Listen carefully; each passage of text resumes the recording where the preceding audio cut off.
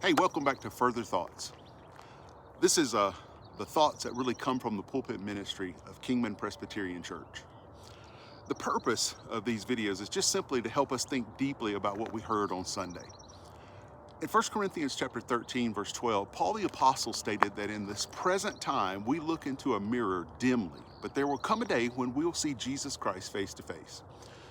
In that moment, we will fully know even as we have been fully known by God. There's nothing about us that God doesn't know, but there's plenty about God that we don't know.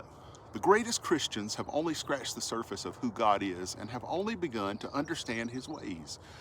There are a couple of reasons for this. First, we can only know what God has revealed to us in the Bible. God has revealed himself in what one theologian called baby talk. Now, that doesn't mean that the Bible's written in a childish way, but rather God has condescended to reveal himself in ways that we can begin to comprehend. The second reason we only scratch the surface of knowing God is because of the shortness of our lifespan. In eternity, we will fully know God because we will not have the limitations of sin and time. Now, these limitations that we presently experience can sometimes bring about doubts and fears and questions and perplexities and even mature believers. John the Baptist asked his disciples to go to Jesus and ask him, was he the Christ or should they look for someone else? In Matthew chapter 11, verses 4 through 5, Jesus gave John the answer that he needed. Then in the next verse, Jesus told John that there was a blessing for the one who did not stumble because of Jesus. John the Baptist was in prison, and if he was anything like us, he wanted to be set free. That didn't happen for him. John the Baptist died in that prison by execution. What did he do to deserve that? He called out a wicked king for his sins against God.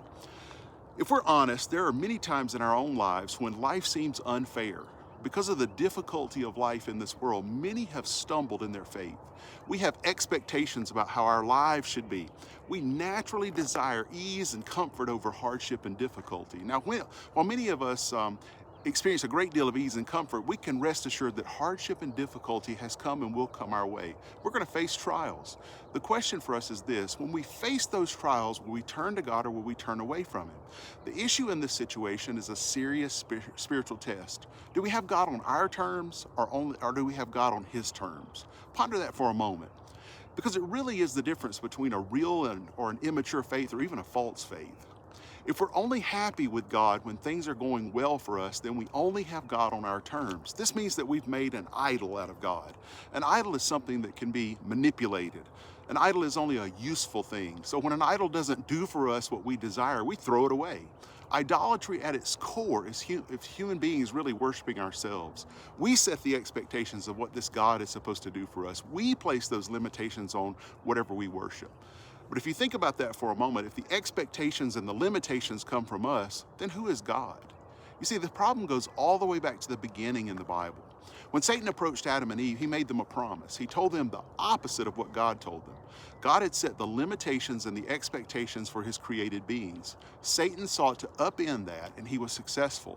The serpent told the man and the woman that they would not die if they ate the forbidden fruit. According to the serpent, God was withholding from them something vital. That something was the ability to know good from evil. This was not mere knowledge. What Satan was saying is that once the man and the woman partook of the forbidden fruit, they actually would have the authority to declare what was good and what was evil. Idolatry now has made its way into the human race.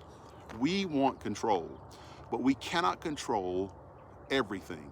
Many things are beyond our control, and this desire for control places us often in opposition to God, who actually is in control. As believers, we're called to submit ourselves to God and trust him even when we don't understand what's happening to us or why it's happening.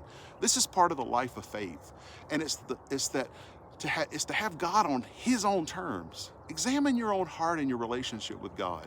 Is that relationship on your terms or his?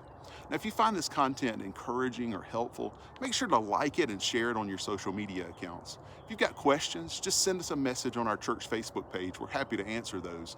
And if you don't have a church home and live in and around Kingman, I'd love for you to check us out here at Kingman Presbyterian Church. We've got 2 services on Sundays, one at 9 a.m. and the other at 10:45. Until next time, may God bless you richly.